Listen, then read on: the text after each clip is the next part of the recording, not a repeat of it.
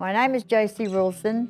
I'm the eldest daughter of Mary and Leli Mifsud. My name is Austin Mifsud. I'm the fourth in the family of the boys. I think you were born in Malta, is that right? I was born in Malta and I was 4 when we landed here.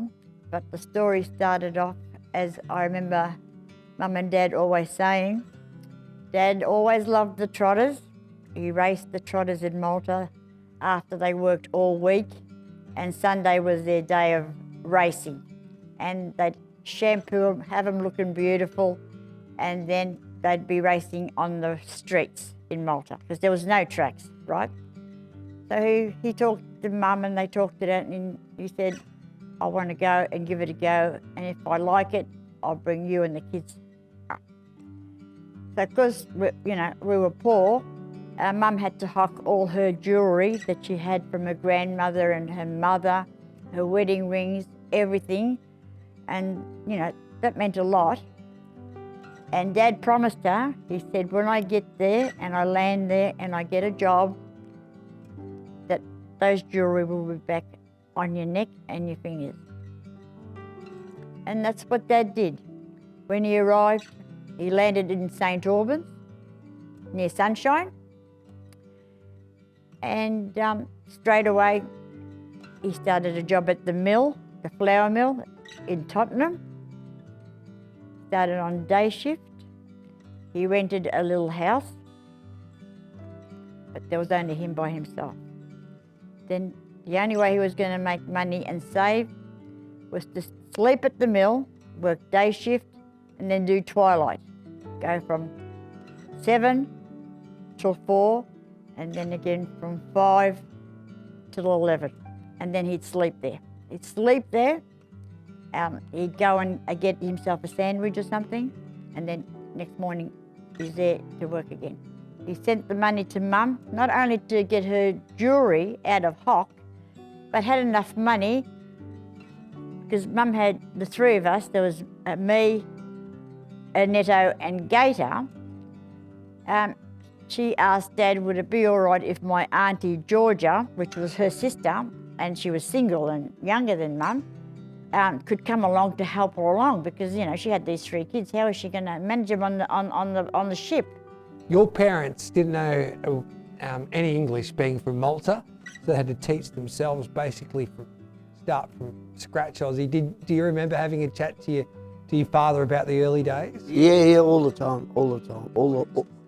Just hard times. They were very hard times. I found it hard, like these people talking Australian. But he was a happy-go-lucky fella, and he got on with everyone, and that's the way he got through life. You know what I mean? First he started walking from St Albans to Ballarat Road to where this Tommy Taylor, he had trotters.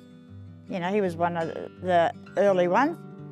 And then he started riding a bike. He bought himself a second-hand push bike to ride of a weekend, so he can go and help him muck out his stables, clean the harnesses, whatever, and finally he started letting him drive the horses, and then he said, I'll lease you out a horse, Billy. Was that the main reason he came out to Australia? Was the reason just to give his family a better chance at life? That 100%, yeah. So both?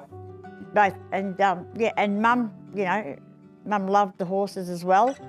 She just loved the horses, and she used to love, at first it was a Netto, driving the horses, and he had a lot of success, and then sort of it just bloomed from there. A Netto, and then Gator, Rita, Aussie, then came Rita along. First, tell you, when Dad got hooked on these horses, and he couldn't speak a word of English, it used to be the trotting control at those times, not harness racing, the trotting control board, right?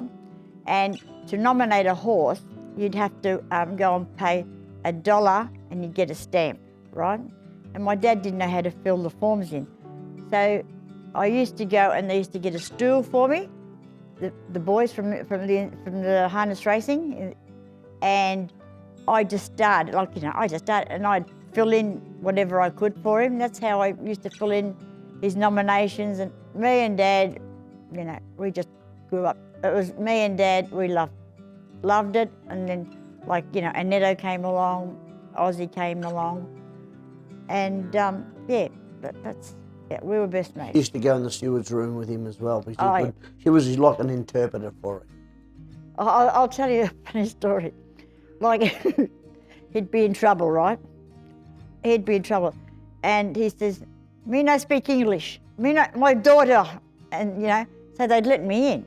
Because, you know, at first they'd let me in, but once they got cottoned of him, you know, like, you know, if he said something wrong and I sort of, in English, I twisted it around, right? And they said, no more, Leli, no more. Josie's not to come in. What about his rivals in the day? Did you have to sort them out as well, Josie? Oh, no, they were all pretty good. You know, they used to have to wait, they used to have the weight under the seats in the sulky, because, you know, Dad was only about 9 stone and he used to have to carry the lead under the sulky seat. And I know one there, it was Healesville. We used to race on the Healesville track, the old track. Yeah, and the strap must have broken, the seat come apart. You know, the strap came apart. And, you know, they had him in the steward's room and, you know, and he says, I don't know what happened. Me do everything right. I don't know what happened, I fell over. We ended up moving out of St Albans and we bought a house in Sunshine.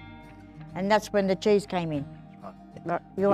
Give you a go. Yeah, what we did, my parents then made Maltese cheese. So my mother bought 3 or 4 cows, and we used to run a flock of first we started about 3 or 4 cows. They used to milk them by hand, make it into cheese, and sell it. And then they ended up buying more cows and things like that, and chickens and things like that. And after all that, we bought our own little farm in Bulla, and that's when we started having more horses and being more professional, you know. And he bought him for, I don't know, in the 60s, I can't remember if it was dollars or pounds in then, but it was 1,000.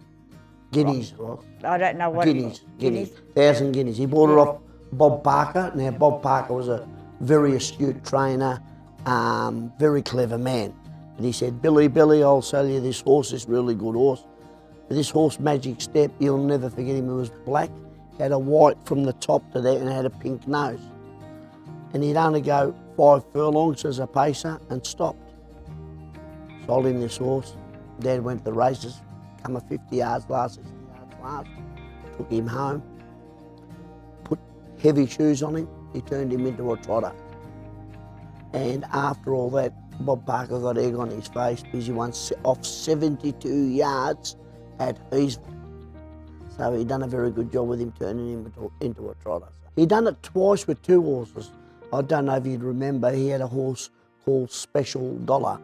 Old Alf Simons ended up buying him for him because we were sort of doing it, we were still doing it hard them days. He broke this horse. He'd only go 6 furlongs as well and stop. Turned him into a trotter. In 2 weeks, he took him back as marsh. Alfie Simons offered him 20,000. 20,000 in days was big money, real big money. So he sold him. Which was the most important horse for the family then? What, for ours? Well, Magic Step. Magic Step, yeah. There was Malta Star and Magic Step. But Magic Step, we owned him, right? Dad bought him, we owned him. And that's where we all fell in love with the horse. Mum fell in love with the horse, and the sad part is when he broke down. But then we started moving on. You know, Mum made the cheese. I always looked after the house, and like the kids were coming along. The kids were coming along. We had it tough, but we were brought up the right way. Yeah, yeah. Well, what really started the ball rolling after that, my dad, I just remember this like yesterday, went to Moonda Market and bought this old mare, this beautiful old grey mare. She was a beautiful, her name was Kathy Gray. Yes, after Magic Step. Yeah, this is coming into later years. Bought this beautiful mare, Kathy Gray, and everyone said, Leli, don't buy this mare because every foal she's had, she kills them. She's very bad. She's very bad. So I think he ended up buying her for 7 days, $100 or $50 or something like that. Took her back home. And them days we used to be in Bulla, and a good friend of the family used to be Sid McLean. And Dad said to Siddy, who you get me in foal? And Siddy said, you couldn't afford to get that mare in foal, who I tell you, but I'll tell you who to send it to. He said, who? Who, me? He said, you send that horse to Bravado Hanover and she'll leave a very, very good horse. He said, but you can't afford it. He said, what next? He said, you send it to a horse called Jacobin. All the way up there you see a trail of smoke. We took it there, got her in foal, this mare, got her back home. And she was ready to foal this mare. And she was a bitch. The foal, she had it, there was 20 or 30 acres, but she had this foal on a whole big bunch of barbed wire. When this foal woke up, he ripped his leg from the bottom to the top. So we couldn't afford vets them days and things like that. So Dad got knitting needle, the big needle that you do the bags with, and the what do you call it, the reel of cotton, sewed his leg up, washed it, cleaned it, Gator and Netto were helping him all the time. He said to him, this one, your horse. So it was in the name of Netto and Gator, my sister. This horse turned out to be son of Jacobin. Now this horse, when they broke him in well, but could not pace. Couldn't pace. Whatever happened, couldn't pace. So Dad said, me fix. He had his head up like that, and he was in I remember till today, he was in a 52-inch hobble. And not only that, before now we've got elastics, proper elastics put in between the hobble, he put bike tubes in between his hobbles. You know, those sulky tubes? And this horse said, we went to Becca's Marsh trial, won straight away. Very, very good trial, very good horse. Ended up winning the 3- and 4-year-old championship in town, won a heap of 2-year-old races, won the big race in Adelaide. Very, very nice horse. And my brother and Edo used to drive him mainly all the time. And he was your family's best horse? He was my family's best horse, yes. That was the family horse. He was a Netto used to drive him, then I drove him a couple of times at the showgrounds myself, and I won one in the show with him. So he was the best family horse we've had, and then we were lucky enough to get Graf on S. Well, you never give up, really, do you? Then no, we haven't. No. He was a miracle, that horse. He was. And mate, I remember one night he led from 10 metres in he was just a standing start specialist. We had another one, a good friend of ours bought him from the yearling sale. His name was Graf on S, and he gave it to Rita to train. But he was a very, very nice horse. He was by Crockett, and he could trot as quick as he could pace. But the owner wanted him to pace. Dad went to pick up a horse from Digger's Rest, and he would never give up. The horse refused to load, but they kept saying to him, Leli, that's enough, you know, that's enough. He can't, he won't load. He said, no worries, me get him loaded, you get out the way. He got him loaded, but when he got him in, halfway through, the horse just ran and crashed him against the partition of the horse float, right? And they said, you all right, we'll call an ambulance. And he said, me all right. I'm all right, he says. So he drove, they followed him to Montaguita turnoff. He said, I'm okay. He got to Romsey, to the main street of Romsey, and there was a doctor's surgery. And he remembers the doctor's surgery because they used to have a red light in the main street. He parked the car with the horse float and the horse in it and struggled across the road. And he's saying to the girl, the secretary, please help me, please help me. He was choking in his own fluid. They crushed his chest. They ended up finding our name and Rita and Netto. Rita and Netto, they called an ambulance from Woodend. I remember Rita travelled in the ambulance with Dad. They took him to the Royal Melbourne. It was bad because we made it, me and Mum made it, and they were giving him shock treatments, trying to, you know, trying to revive him. And I remember it till now, so that was nearly 40 years ago. he said, "You came, Mary, and Jules up." And he'd already, you could see it, the colour, he's already gone grey. And he said to Mum, and he was talking to us in Maltese, of course, he says, "You look after yourself, Mary, and the children, because I'm going to go now." And they pushed us, they shoved us out the way trying to revive him. Yeah, and then Ozzy came, and they wouldn't let you in, but he pushed his way in to see Dad. And what happened about the ring? Oh yeah, and then I took his ring off him and I still got it today. And once Dad passed away, our religion is we do not have fun when you know your family member just died. So we had to scratch him, didn't we? We scratched him. Another race came up, and it was a Tatlow, and I think we drew one again. I think. Yes, yeah. Drew one again, and who drove him? Annetto. Annetto drove him. But this must have been about a month later, 6 weeks later, I don't know. And we won it. And it was Faith. It was very tough for her, Very tough. but we were very close. You know, the whole family was very close. And Mum and I were not like mother and daughter, we were like sisters, you know. Was Kilmore always the track? Was that your home track? Yes, Yeah. yes, yes.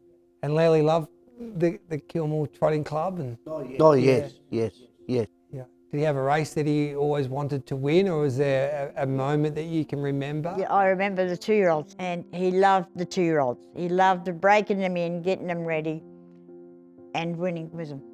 Oh, he'd be very proud, I think. He'd be very proud. He'd be very proud. Yeah, we've had some nice times, and we've all stuck together. You know, we've all stuck together. We just love each other. And you're still as close as you were when you were 100%. growing up? 100%. And when you drive winners these days, Ozzy, I love watching you in the gig and with your colours on, the white colours. Describe your colours. Well, my real colours are the red cross and the white with the green sleeves, with the red sleeves. But Julie, my wife, has got the same colours, but she's got the green sleeves. So Julie's the trainer. We wear Julie's when we race, and when we got two in the race, I drive with mine. But the colours represent Leli and your dad and mum, really, don't they? That's it. Yeah. That's it. Rita sort of took over Dad's colours. Dad's used to be the white with the blue sash, and then Rita added on the red band. But Netto's colours were Dad's colours. Dad really took over, Netto took over Dad's colours. Yes. So to myself, imagine him driving something like this, you know what I mean? He'd done it so hard all his life. Now, it would have been so hard for him to explain to people what he wanted and didn't want to. But I suppose he got through life, you know, and he reared 8 children, and no, very nice. And it sounds like that when Mary and Leli come over here, that for the grandkids now, and they're married into or have partners into other harness racing families. Yes. Like this legacy now will live on forever in a way. Mm-hmm. The Mifsud name will shrink, though. The Mifsud name will Too many shrink. girls. Yes, that's the problem, yes. And for Mary and Leli Mifsud, what would it mean to them from their journey coming from Malta to have a memorial race named after for them and for their kids to compete? Yep. Yeah, well, that's been the go from, you know, word go. First it was Dad, it was always the Leli Mifsud Memorial. And then when Mum passed away, we either did one separate races. In the last few years, we've combined it, you know, and we've always had it in our hometown because we love Kilmore. You know, we've all been there, been here for such a long time. Have you won the race yet? We've won it a few times, years ago, but lately we haven't. We haven't. So that's your Hunter Cup. Yeah. The Miracle But, True, yeah. true. But we love it when somebody else wins it, you know.